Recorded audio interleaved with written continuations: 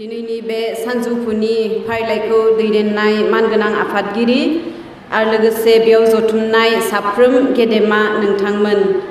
बे समखौ होनायनि थाखाय जोंनि मानगोनां आफादगिरिखौ हामबाय होनदों आरो लोगोसे आरोबाव जोंनि गोथां बासायगिरि इसोरखौ हामबाय होनदों बे मोजां समखौ इसोरा जोंनो होनायनि थाखाय आरो लोगोसे बे मोजां बोथोर इसोरा जोंनो होबाय बेवहाय जोंनि गोथां बासायगिरि इसोरखौबो आङो गोसो गोरबोजों हामबाय होयो। মই এই সময়ত ধন্যবাদ দিছোঁ আমাৰ আজিৰ চলাওঁতা আৰু লগতে আমাৰ মাজত উপস্থিত থকা সকলো আমন্ত্ৰিত আৰু নিমন্ত্ৰিত অতিথিসকল আৰু ইয়াত উপস্থিত থকা আমাৰ সকলো খ্ৰীষ্টীয় ভাই ভনীসকল जोंनि जि गाहाय आयदा जोङो थांनाय शुक्रबार मोनाबिलिनिफ्राय जोङो नायगासिनो दङ आरो बेनो जादों गोजोननायनि सोमोन्दै नंथारगौ गोजोननाय नोंथांमोननिफ्राय हरखानाय जि आयदा बिनि शुक्रबार मोनाबिलिनिफ्रायनो जोङो नायगासिनो दङ आरो बेबायदिनो जोङो दिनैबो बे गाहाय आयदानि सायावनो जोङो इसोरनि बाथ्राखौ जोङो नायगोन। नोंथांमोननि हरनाय गाहाय आयदाखौ आं खनसे फरायनानै होनो जुहन 14:27 सिरि जुहन 14:27 पद हान्थिखौ आं नोंसोरनो गालाङो बे आंनि सान्थिखौ आं नोंसोरनो होयो संसारा जेरै होयो आं बेबायदि नोंसोरनो होआ नोंसोरनि गोसोआ उसाव बादाव दाजाथों गिखबो दाजाथों। बे समाव आङो आरज खालामनो जों बयबो लोगोसे खर' गंग्लायनि जोङो थांनाय समफोराव जोङो नंथारगौ गोजोननाया मा बिनि सोमोन्दै जोङो शुक्रबार मोनाबिलियाव जोङो नायदोंमोन जेब्ला जोङो जिशु ख्रिस्टनियाव थागोन जिशुनि बोसोनफोरखौ जोङो मानिगोन जोंहा बेयावनो नंथारगौ गोजोननाया दङ बिनि सोमोन्दै जोङो सेथि मोनाबिलिनि समाव जोङो नायदोंमोन आरो लोगोसे मैयानि समाव जोंनि बेक्तिगत जिबनाव जिशु ख्रिस्टआ जोंनो होलांनाय जि सान्ति एबा गोजोननाय बेखौ जोङो बेक्तिगत जिबनाव जोङो माबायदियै जोङो लाखिनांगौ बिनि सोमोन्दै जोङो नायदोंमोन आरो दिनै जोङो नखर जिबननि सोमोन्दै जोङो नायनो नखर जिबनाव जोङो इसोरा जोंनो होलांनाय जिशु ख्रिस्टआ जोंनो जि सान्तिखौ होलांदों बे सान्तिखौ जोङो जोंनि नखर जिबनाव जोङो माबायदि लाखिनांगौ आरो बे सान्तिखौ जोङो जोंनि नखराव माबायदियै लाखिनो हागोन बिनि सोमोन्दै जोङो दिनैनि बे देवबार सानजौफुनि समाव जोङो नायगोन। नखरला बे इसोरजों सोरजिजानाय जागायजेननायनिफ्रायनो जोङो नायोब्ला जोङो नुनो मोनो इसोरानो नखरखौ सोरजिग्रोदों आदम आरो हावानि गेजेरजों इसोरा नखरखौ जागायजेनदों आरो जेब्ला इसोरा नखरखौ जागायजेनदों जोङो इसोरनि मोनब्रै गेदेर थाखोमानाय थांखिफोरखौ जोङो नुनो मोनो आरो बेनो जादों इकुवेलिटि मिउचुवेलिटि इउनिटि आरो इन्टिमेसि बे मोनब्रै आयदा इकुवेलिटि आदम आरो हावाखौ इसोरा गावनि इमेजजों सानैखौबो समानहै इसोरा सोरजिदों सासेखौ गुबुन बा सासेखौ गुबुन बेबायदि सोरजियाखै नाथाय इसोरा गावनि महर होनानै सानैखौबो समान इकुवेलहै इसोरा सोरजिदों बेखौ जोङो नुनो मोनो आरो मिउचुवेलिटि बे जादों गावजों गाव हेफाजाब होज्लायनो आदम आरो हावाखौ एडेन बागानाव गावजों गाव हेफाजाब होज्लायनो समानहै हेफाजाब होज्लायनो थाखाय इसोरा बिसोरखौ सोरजिदोंमोन आरो इउनिटि बिसोरो सानैजों सासे खौसेथि जानानै जाहाथे बिसोरो एडेन बागानखौ नेनो हायो जाहाथे जोथोन लानो हायो बिनि थाखाय इसोरा बेबायदि बिसोरखौ सोरजिदोंमोन आरो जोबथायाव थामथि जिथु केरेक्टार बे जादों इन्टिमेसि एकदम खाथि सोमोन्दो जाहाथे बिसोरो हदायबो लोगोसे थानानै जाहाथे इसोर सोरजिनाय बागानखौ जाहाथे नेनो हायो हदायबो लोगोसे थानानै खाथि थानानै जाहाथे इसोरनि थिननायफोरखौ मानिलांनो हायो एडेन बागानखौ जाहाथे नेनो हायो बे थांखि लानानै इसोरा आदम आरो हावाखौ न'खरखौ बेबायदिहै जागायजेनो न'खरनि सोमोन्दै इसोरनि जिथु थाखोमानाय जिथु केरेक्टार मोनब्रै केरेक्टार जोङो बेयाव नुबाय जे इसोरा बेबायदि न'खरखौ मानो सोरजिदोंमोन इकुवेलिटी मिउचुवेलिटी इउनिटी आरो इन्टिमेसि बे मोनब्रै बिखयखौ बाथ्राफोरखौ जोङो गोसोआव जोङो लाखिनांगोन इसोरहा जोंखौ सोरजिनायाव बा आदम हावाखौ सोरजिनायाव न'खरखौ सोरजिनायाव बेबायदि मोनसे गेदेर थांखि लानानैसो इसोरा जोंखौ सोरजिदों आरो बे थांखिफोरा बे मोनब्रै बिसयाव जोङो नुनो मोनो नाथाय दायो जोङो नुनो मोनदों इसोरा जि मोनसे गेदेर थांखिखौ लानानै न'खरखौ दाजेनदोंमोन न'खरखौ सोरजिदोंमोन इसोरा बे इसोरनि जिथु आखुथाय थांखिफोर बे थांखिफोरखौ जोङो दानि न'खरफोराव जोङो नायनो इसोरा मोनसे न'खरखौ इसोरा बेबायदि इकुवेलहै सोरजिदों न'खराव जाय बिसि बिसाय थायो न'खरनि बिगोमाफोर थायो इसोरा सानैखौबो समानहै इसोरा सोरजिदों इसोरा गावनि महर होनानै इसोरा सोरजिदों जाहाथे बिसोरो हदायबो खाथि खाथि लोगोसे थानानै जाहाथे गावनि न'खरखौ सामलायलांनो हायो आरो इसोरनि महिमाखौ जाहाथे नुजाहोनो हायो इसोरा बेबायदि थांखि लानानै इसोरा न'खरखौ सोरजिदों आरो बेयावखायनो जोङो गाव गावनि न'खरखौ जोङो जोथोन लानांगौ आरो इसोरा जिसु ख्रिस्ट'आ जोंनो जि गोजोननायखौ होलांदों बे गोजोननायखौ जोङो गावनि न'खराव जोङो लाखिनो जोङो नांगौ बा जोंनि न'खराव मोनसे हान्थि परिबेसखौ जोङो खालामनानै जोङो बेबायदि लानांगौ आरो जेब्ला जोङो बाइबेलनिफ्राय जुदि जोङो नायो न'खरखौ सोरजिनायनि जिथु गाहाय बेबायदि फोरोंनाय गाहाय फोरोंनाय बाइबेलाव जेब्ला जोङो नायगोन इफिसास बा बालाब 25 सिरिखौ जेब्ला जोङो नायगोन इफिसास बा बालाब 25 सिरि बेयाव बेबायदि बुंनाय दङ अ बिसायफोर ख्रिस्ट'आबो गिर्जाखौ अननानै बिनि थाखाय गावखौ जेरै गथायदों बेबादिनो नोंसोरबो गाव गावनि बिहिखौ अन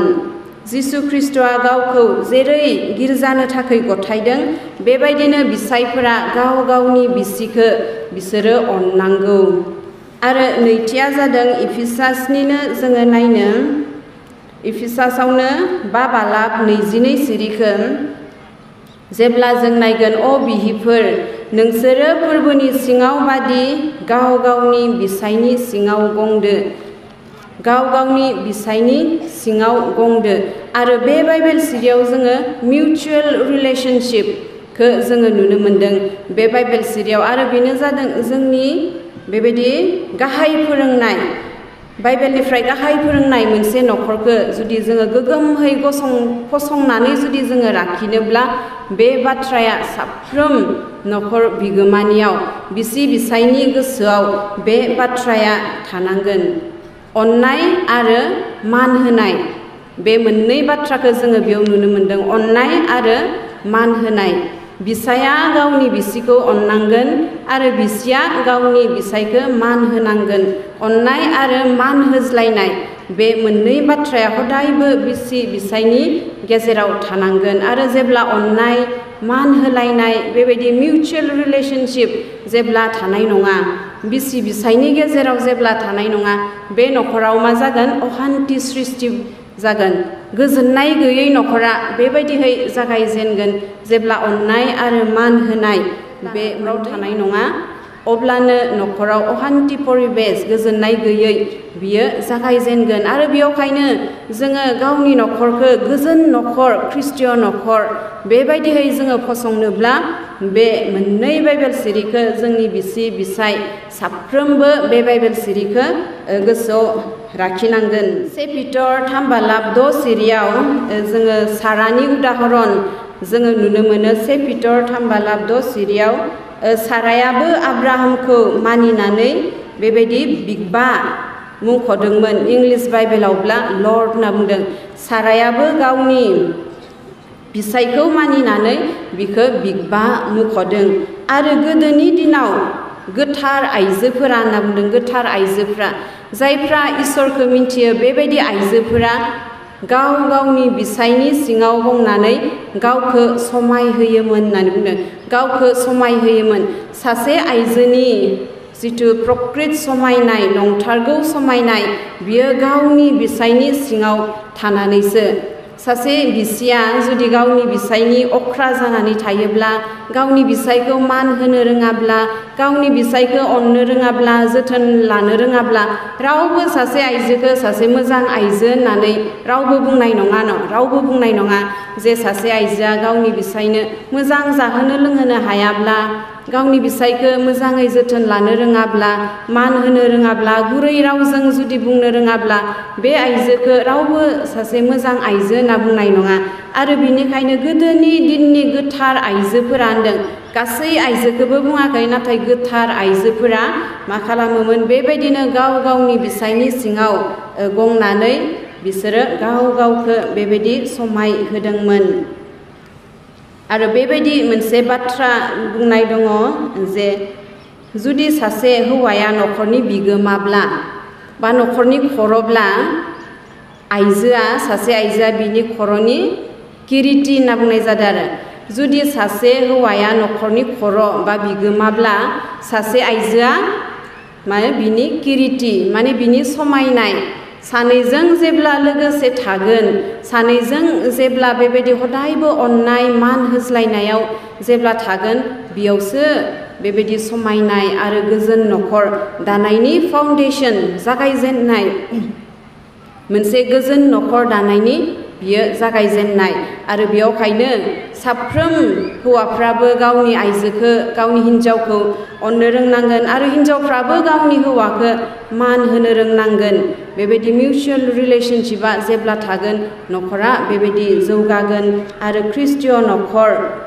बेबायदि जानो हागोन। आरो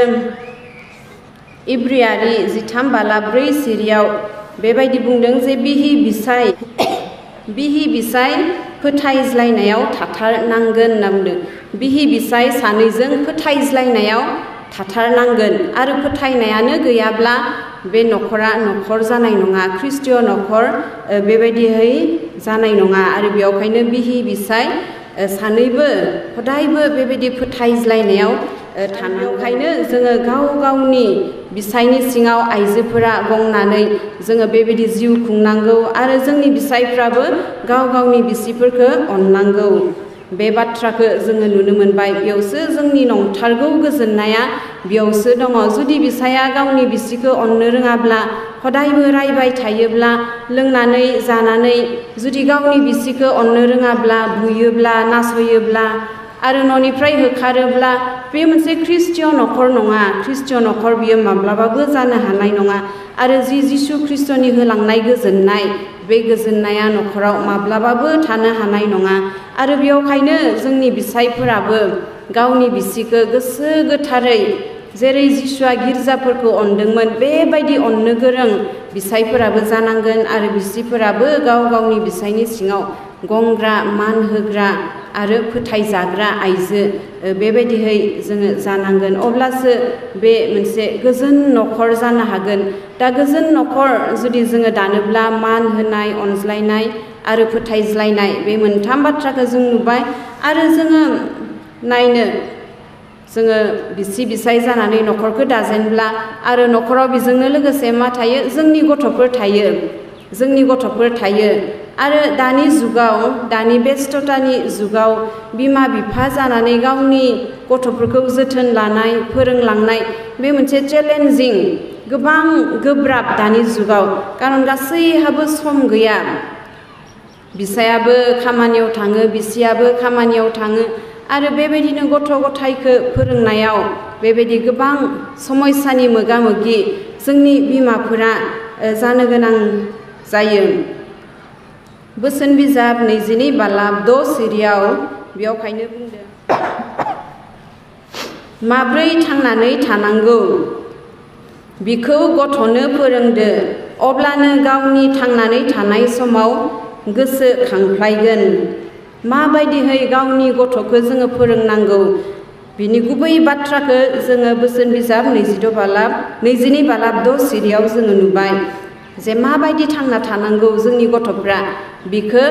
गावनि न'खराव फोरोंनांगौ आरो बेबायदि मोनसे बाथ्रा बुंनाय दङ जे जोंनि न'खरा माबायदि न'खर जानांगौ जोंनि न'खरफोरा बेबायदि मोनसे गिर्जा न' जानांगौ जेराव इसोरखौ मान होनाय जायो जेराव सेथि इसोरखौ जायगा होनाय जायो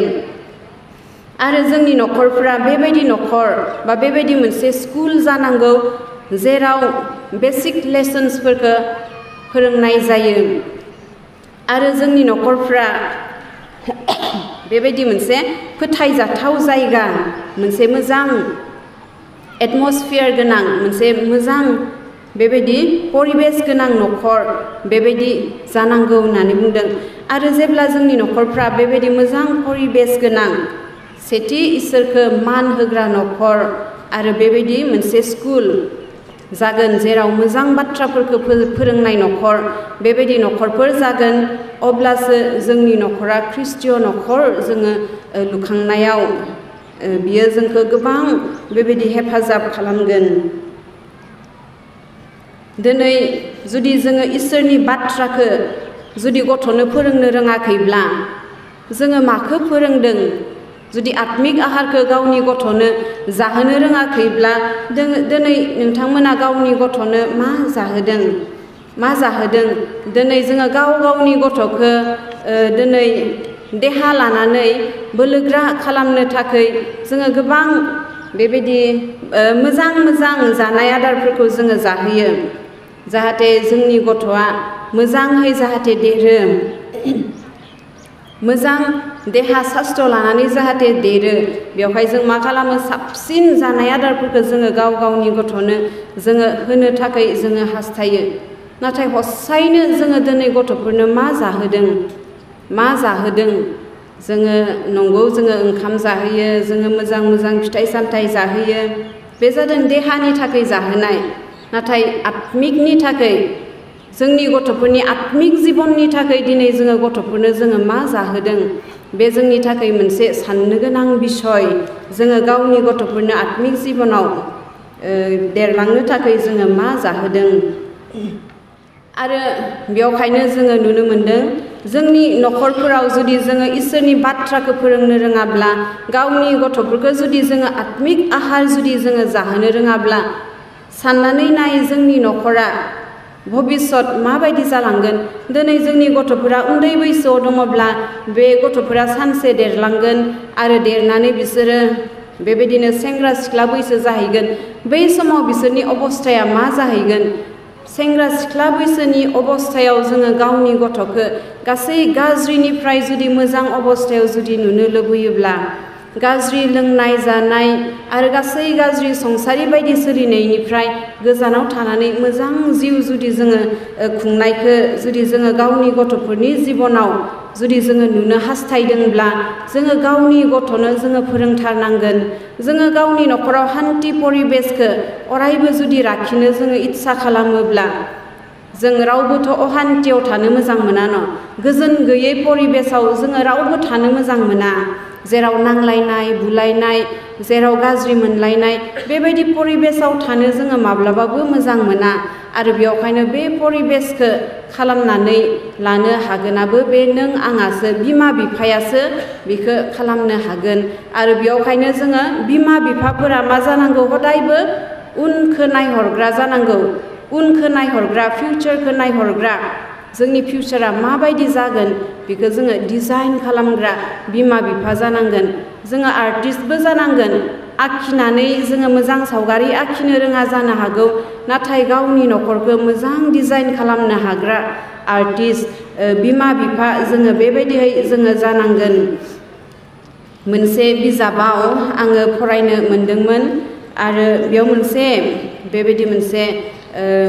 आयदा आङो मोनदोंमोन आरो बेनो जादों डेडि ब्लेसिं भइड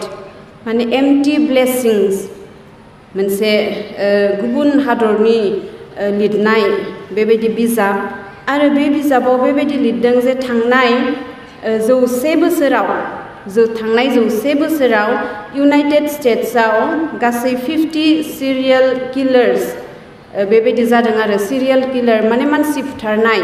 जाथायफोर जादों आरो बि 50 जननि गेजेराव 49 जोनानो हौवासाफोर 49 जोनानो हौवासाफोर आरो थांनाय 30 बोसोराव गासै 62 स्कुलाव मा जादों स्कुल शुटिं माने गथ'फोरखौ स्कुलाव थांनानै बिदि गावहैनाय बुथारनाय बेबायदि घटनाफोरा इउनाइटेड स्टेट्सआव जादों आरो बे 62 जननि भितराव 61 नानो हौवासाफोर 61 नानो हौवासाफोर आरो बिनि मादाव जेब्ला 17 जननि सायाव 17 जन क्रिमिनेलफोरनि सायाव जेब्ला स्टाडि खालामनानै नायबाय बिसोरनि सायाव बिजिरनानै नायबाय आरो मोननै बाथ्राखौ कमन नुबाय होननानै बुंदों आरो मोननै बाथ्राखौ कमन माने एखे रोखोमै नुबाय बेनो जादों जे बिसोरहा बे 17 जना न'खराव समस्या गोनां गथ'फोर बिमा बिफानि गेजेराव समस्या गोनां गथ'फोर आरो सोरहाबा बिफाजों समस्या गोनां गथ'फोर आरो मोनसेया जादों बिसोर गासैबो हौवासाफोर गासैहाबो न'खराव समस्या आरो गासैबो हौवासाफोर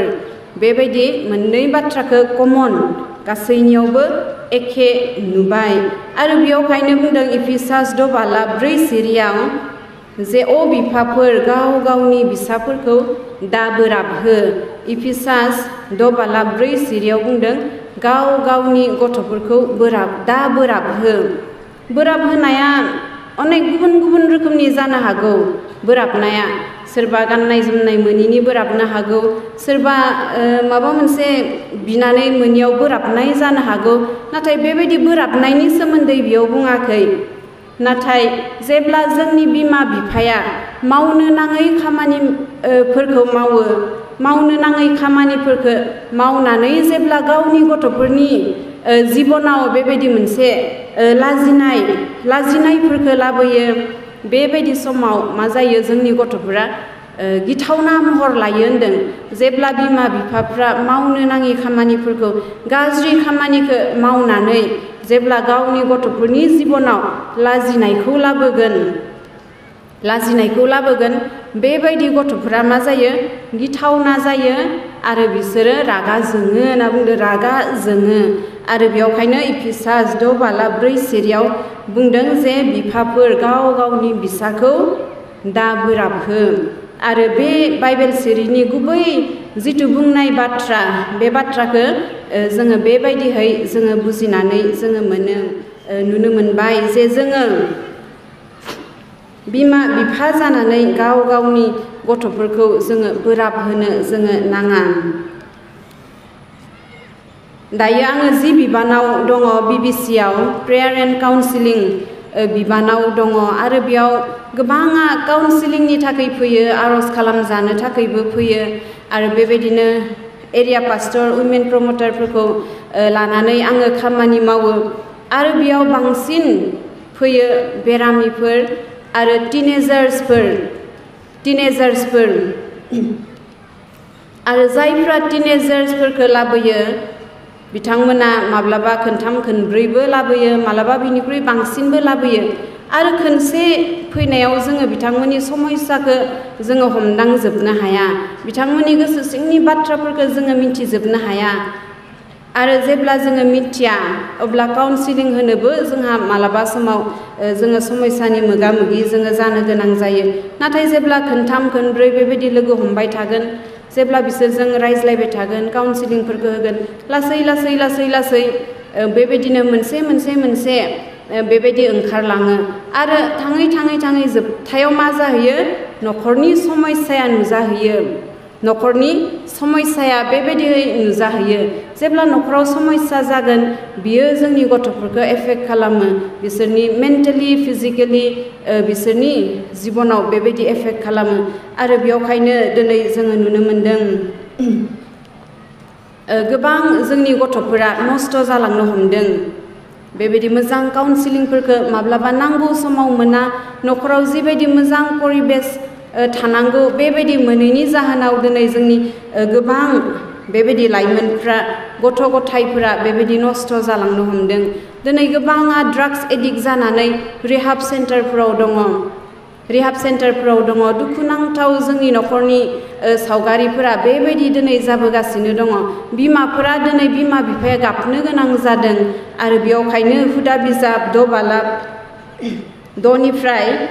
7 सिरियाव जेब्ला जोङो नायगोन हुदा बिजाब 6 बालाब 6निफ्राय 7 सिरि बेयाव बेबायदि बुंनाय दङ जे न'आव लामायाव जिरायनायाव उन्दुनायाव सिखांनायाव आरो खामानि मावनायाव लागारबो बेफोर आयेनफोरनि बिसय सानज्लायफ्लायदो जानायाव लोंनायाव उन्दुनायाव सिखांनायाव मा खालामनांगौ जोंनि बिमा बिफाफ्रा लागारबो इसोरनि बाथ्राफोरखौ फोरोंनांगौ इसोरनि आयेनफोरखौ फोरोंनांगौ आरो बेबायदियै जोङो मा खालामनो हायो जोंनि गथ'फोरनि जिथु साननाय माइन्ड आरो हार्टस होननानै बुंदों गोसो आरो साननायाव इसोरनि बाथ्राफोरखौ जोङो सोनानै होनांगौ आरो दिनै बिमा बिफा जानानै जुदि जोङो गावनि गथ'फोरनो मोजां बाथ्राफोरखौ इसोरनि बाथ्राफोरखौ जोङो जुदि बिसोरनि गोसोआव जुदि जोङो सोनानै होनो हायाब्ला जोंनि गथ'फोरनि खर'आव जुदि जोङो सोनानै होनो हायाब्ला मा खालामगोन संसारानो बिसोरखौ मोनहागोन जोङो इसोरनि बाथ्राजों गावनि गथ'फोरखौ मोनहास'आब्ला मा जागोन संसारनि बाथ्राफोरा संसारनि बिसयफोरानो बिसोरखौ मोनहास'गोन आरो दिनै बेबायदिनो जादों जोंनि गोबां न'खरफोराव दिनै जोङो बेबायदि जानायखौनो जोङो नुनो मोनदों जे जोङो जोंनि गथ'फोरखौ जोङो जेरै फोरोंनांगौ बेबायदि फोरोंनो हायियाव जेरैबायदि इसोरनि बाथ्राफोरखौ जोङो फोरोंनांगौ बेबायदिफोरखौ जोङो फोरोंनो हायियाव दिनै मा जादों बेबायदि संसारासो मा खालामदों जोंनि गथ'फोरखौ मोनहास'दों मायो मोनहास'दों गाज्रि सभाबफोरा मोनहास'दों गाज्रि बाथ्राफोरा बिसोरखौ मोनहादों आरो बेयावखायनो गाज्रि बिसयफोरा गाज्रि बाथ्राफोरा जोंनि गथ'फोरखौ मोनहानायनि सिगाङावनो जोंनि बिमा बिफाफोरा गथ'फोरखौ गावनि गथ'फोरखौ मोनहाग्रोनांगोन आरो जेब्ला जोङो गावनि गथ'फोरखौ बेबायदि जानायाव लोंनायाव उन्दुनायाव थाबायनायाव जेब्ला इसोरनि बाथ्राफोरखौ जोङो बुंबाय थागोन अब्ला अट'मेटिकेलि बिसोरहा गोसोआव थागोन आङो सासे मानसि लोगो मोनदोंमोन आंनि जिबनाव बे मोनसे उदाहरन हिसाबै होनो सानदों आंनि बिमानि बंस'नि न'खरनि सासे मानसि बिथांमोना गोबाव बोसोर फ्राय बेबायदि गोमानानै थानाय अबस्था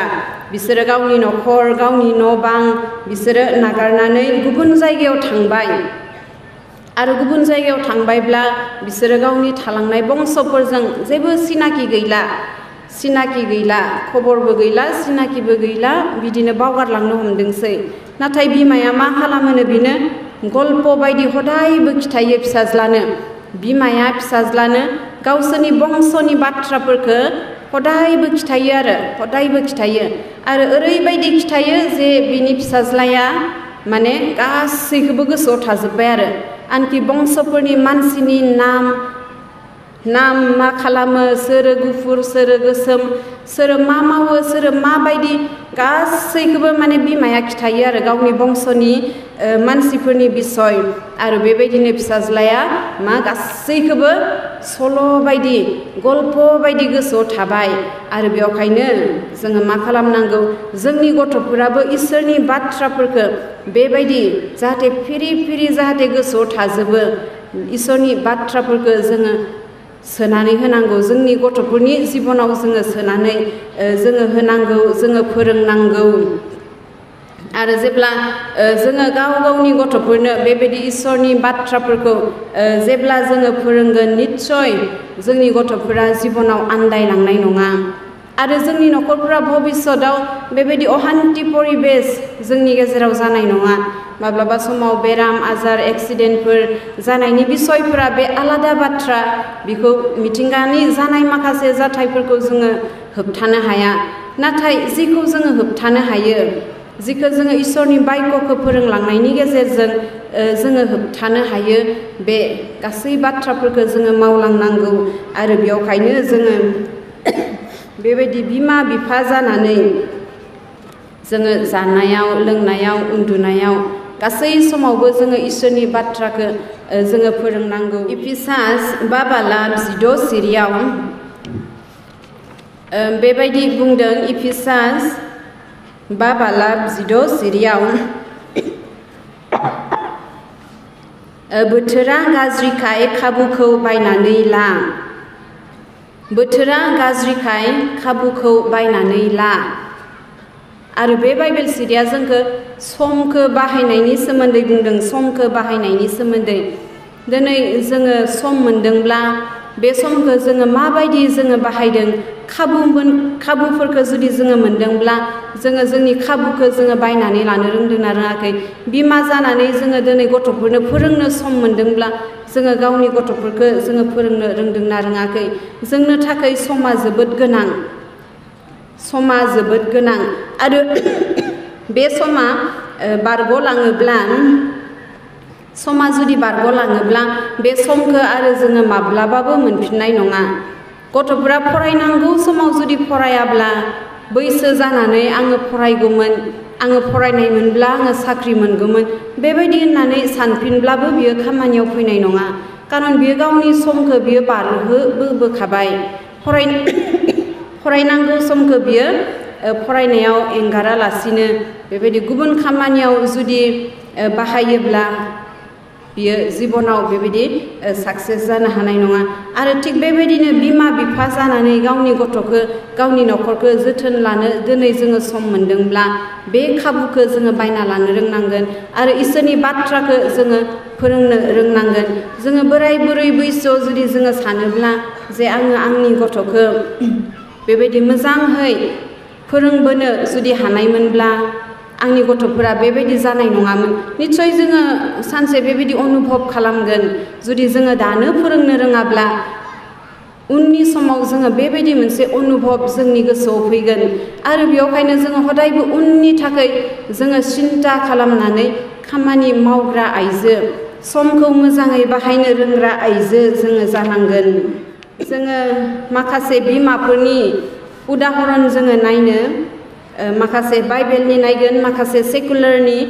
बिमाफोरनि सोमोन्दैबो जोङो नायनो बे समाव। बिली ग्राहामनि सोमोन्दै जों गासैबो मिथियो। बिली ग्राहाम सासे गेदेर एभान्जेलिस्ट। बिली ग्राहामा 2023 मायथाइनि मादार्स डेआव मोनसे बाथ्रा बुंदोंमोन। 2023 मायथाइनि मादार्स डेआव मोनसे बाथ्रा बुंदोंमोन आरो बेनो जादों माय मादार वाज ए मादार अफ गड। आंनि बिमाया इसोरनि बिमा बादि, इसोरखौ गिग्रा आइजो। आंनि बिमाया इसोरखौ गिग्रा बिमा। बेबायदिहै बिली ग्राहामा बेबायदि बाथ्राखौ बुंदोंमोन। आरो मानो बुंनो हादोंमोन बिली ग्राहामा? खारन बियो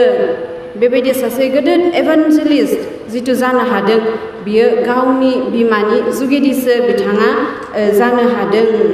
आरो मोनसे बेबायदि आर्टिकेलाव फरायनो मोनदोंमोन जे मर' आरो फ्रेंक ग्राहाम, बिली ग्राहामनि बिमा आरो बिफा, बिथांमोनहा गावसोरनि गथ'फोरनि थाखाय भिजन, सिमां दोङोमोन। आरो बिहेखे बिली ग्राहामनि थाखाय बेबायदि सिमां दोङोमोन जे बियो इसोरनि खामानि मावथों, इसोरनि मानसि जाथों होननानै बिसोरहा बेबायदि भिजन बा सिमां दोङोमोन। आरो बिनि उनाव बिसोरो आर'ज खालामदों, गावसोर जि सिमां नुदों, जि भिजनखौ नुदों गावनि गथ'नि थाखाय, जे गावनि गथ'आ इसोरनि मानसि जानांगौ, इसोरनि खामानि मावग्रा मानसि जानांगौ, बेवहाय मा खालामदों? आर'ज खालामदों। आरो आर'ज खालामनायनि उनाव मा खालामदों? गावनि फिसाज्लाखौ इनकारेज होदों, थुलुंगा होदों आरो इसोरनि गाहाम मानसि जाथों होननानै मा खालामदों? मोजां ख्रिस्टियान कलेजफोराव बिखौ फरायहोदों। आरो जायनि गेजेरजों मा जादों? बिली ग्राहामा सासे गेदेर एभान्जेलिस्ट जानो हादों। बेयाव मोनथाम बाथ्रा जोङो नुनो मोनबाय, भिजन, प्रेयार आरो इनकारेजमेन्ट। सिमां नुबाय, बिनि उनाव आरज खालामबाय, बिनि उनाव थुलुंगा होबाय। सासे इसोरखौ गिग्रा आइजोआसो गावनि गथ'फोरनि थाखाय बेबायदि मोजां सिन्ता, भबिष्यतनि थाखाय बेबायदि मोजां सिन्ता खालामनो हायो। सिन्ता खालामनानै गावनि गथ'फोरनि थाखाय आरज खालामनो हायो आरो गावनि गथ'फोरखौ थुलुंगा होनो हायो। बे बाथ्राखौ जोङो बिनि जिबनाव जोङो नुनो मोनबाय। मादार टेरेसानि सोमोन्दै जोङो मिथियो। मादार टेरेसानि बिफाहा मोनसे फालांगि दङमोन आरो बे फालांगियानो जादों बिथांमोनहा दावाइनि फालांगि। दावाइफोरखौ बिसोरो दाबसे जायगानिफ्राय गुबुन दाबसे जायगायाव बिसोरो फालांगि खालामो आरो बेयावहाय बिसोरनि न'आव मा थायोमोन? गोबां दावाइफोरा एभेलेबेल थायोमोन। गोबां दावाइ मुलिफोरा बिसोरनि न'आव एभेलेबेल थायोमोन। बेवहाय मा खालामोमोननो मादार टेरेसानि बिमाया बेबायदि माखासे दावाइफोरखौ, मुलिफोरखौ लानानै गावनि ओनसोलाव थानाय, गावनि गामियाव थानाय गैजारोङि गोरिब निखावरि हावरिया, जायफ्रा बेराम जानानै थादों, लोमजानानै थादों, जायफ्रा बेबायदि मोजां ट्रिटमेन्टफोरखौ लानो हायाखै, बिसोरनियाव थांनानै ओरैनो फ्रियै मा खालामोमोन? मुलिफोरखौ होयोमोन आरो बेबायदिनो बे समाव मा खालामोमोननो? मादार टेरेसानि बिमाया गावनि गथ'फोरखौ लांफायोमोन। गाव जि मावदों बेखौ दिन्थिनो थाखाय हदायबो गावजों लोगोसे बिमाया लांफायोमोन आरो जायनि गेजेरजों बेबायदि चेरिटिनि खामानि मावनो थाखाय मादार टेरेसाया गावनि बिमानिफ्राय बेबायदि सोलोंनो हादों। नुनानै सोलोंनाय बिखौ मादार टेरेसानि जिबनाव जोङो नुनो मोनो। मसीनि बिमानि सोमोन्दै जों गासैबो मिथियो। बाइबेलाव थानाय मसीनि बिमाया गावनि गथ'खौनो मा खालामदों? गुबुननि थाखाय खांदों। मसीनि बिमाया गावनि गथ'खौनो गुबुननि थाखाय खांदों। दसे समनि उनावनो जेब्ला गथ'आ देरगोन, गाव हारसिं थानो हानाय जागोन, अब्लानो मा खालामनांगोन? बियो गावनि गथ'खौ गुबुननो हरदों आरो जि सम मोनदों बे समखौ मसीनि बिमाया ओरैनो एंगार हराखै। बियो गावनि मानसिफोरनि सोमोन्दै खोन्थादों, गावनि फिसाज्लानो गावनि इसोरनि सोमोन्दै खोन्थादों, इसोरनि बायख्यफोरनि सोमोन्दै खोन्थादों, इसोरनि आयेनफोरनि सोमोन्दै खोन्थादों आरो बेबायदिनो इसोरनि बायख्यआ मसीनि जिबनाव अरायबो थादों। जायनि जाहोनाव सानसे समाव मसीया मा जादों? गावखौ बेबायदि फारावनि फिसाजोनि फिसाज्ला मुंख'जानो बादों। सासे राजानि फिसाजोनि फिसाज्ला मुंख'जानो बियो बादों आरो हदायबो बिनि गोसोआ गावनि मानसि, गावनि इसोरनि फारसे थादों आरो जायनि जाहोनाव सासे गेदेर इजराइलारिनि सासे दैदेनगिरि बियो जाबोनो हादों आरो इजराइलखौ मा खालामनो हादों? गासै माबानिफ्राय, मिसर देशनिफ्राय बियो दैख'बोनो हादों। सासे बिमानि फोरोंनायनि गेजेरजों जुदि बिमाया उन्दै बैसोआवनो बिनि गोसोआव इसोरनि बायख्यखौ जुदि फोरोंनानै सोनानै जुदि हरखायामोनब्ला मसीया माब्लाबाबो गावनि मानसि, गावनि इसोरनि सायाव बेहा सोलोंनाया थानाय नङामोन, गियाना थानाय नङामोन। नाथाय बिनि बिमाया ओरैबायदि बिखौ फोरोंनानै हरखाबाय, ओरैबायदि इसोरनि बाथ्राफोरखौ फोरोंनानै हरखाबाय जे भबिष्यतावबो बियो आरो माब्लाबाबो बिखौ बावगारासै आरो गावनि जिबनाव बेबायदिहै बियो बाहायनो हाबाय। आरो तिमथिनि बिमा आरो बिबैनि सोमोन्दै जोङो बाइबेलाव नुनो मोनो। तिमथिनि बिमा इउनिस आरो बिनि बिबै लुइस, जायफ्रा इसोरखौ फोथायग्रा आइजोमोन आरो जायहा तिमथिखौ इसोरनि बायख्यजों बेबायदि फेदेरदों आरो बिनि थाखाय पौला मा खालामदों? तिमथिनि बिमा आरो बिबैखौ बाख्नायदों। बे बाथ्राखौ जोङो बाइबेलाव जोङो नुनो मोनो। दा जोङो बे माखासे बिमाफोरनि आरो बेयाव जि माखासे बिमाफोरनि उदाहरनफोरखौ जोङो नायबाय आरो बे उदाहरनफोरखौ नायनानै सिगांनि बाथ्राफोरखौ जोङो जि बुंबाय बे गासैबो गोरोबज्लायनाय। सासे बिमाया जेब्ला गावनि गथ'नो सम होगोन, सासे बिमाया जुदि गावनि गथ'नो फोरोंगोन, भबिष्यतनि थाखाय जेब्ला सिन्ता खालामगोन, सिमां नुगोन, आरज खालामगोन, थुलुंगा होगोन, इसोरनि बाथ्राफोरखौ जेब्ला फोरोंगोन, इसोरनि गोजोननाया, जिसुनि गोजोननाया अरायबो थाफ्लायगोन बिनि जिबनाव नखराव गासै समावबो बेबायदिनो जिसुनि जिथु गोजोननाय बे गोजोननाया हदायबो थाफ्लायगोन बेबायदिनो जुदि जोङो गावनि गथ'फोरखौ मोजां बाथ्राफोरखौ जुदि जोङो फोरोंनो हायाब्ला इसोरनि बायख्यफोरखौ जुदि जोङो फोरोंनो हायाब्ला बिसोरनि गोसोआव बिसोरनि साननायाव इसोरनि बाथ्राफोरखौ जुदि जोङो सोनानै जुदि जोङो होनो हायाब्ला सानसे जोंनि नखराव नखर जिबनाव जिथु गोजोननाय जिथु हान्थि परिबेस बे हान्थि परिबेसा जोंनि नखरफोराव थानाय नङा आरो बेवहायनो जोङो हदायबो जुदि गोजोन मोनसे परिबेसाव हान्थि परिबेसाव जोङो गावनि नखरखौ जोङो लुखांनो जुदि जोङो हास्थायदोंब्ला बे गोजोननायखौ जोंनि नखराव जुदि जोङो लाखिनो हास्थायदोंब्ला जोङो साफ्रोमबो माबायदि बिमा जानांगोन जोङो लुखांग्रा बिमा जानांगोन बोसोन बिजाबाव बुंनाय बायदि जे इसोरा साफ्रोम बिमाफोरखौ लुखांग्रा जानो थाखाय लिंदों बेबायदि बुंनाय दङ जे सासे आइजोआनो नखरखौ लुखाङो आरो सासे आइजोआनो नखरखौ सिफायो बा सेफायनो हायो बेबायदिहै बोसोन बिजाबाव लिरनाय दङ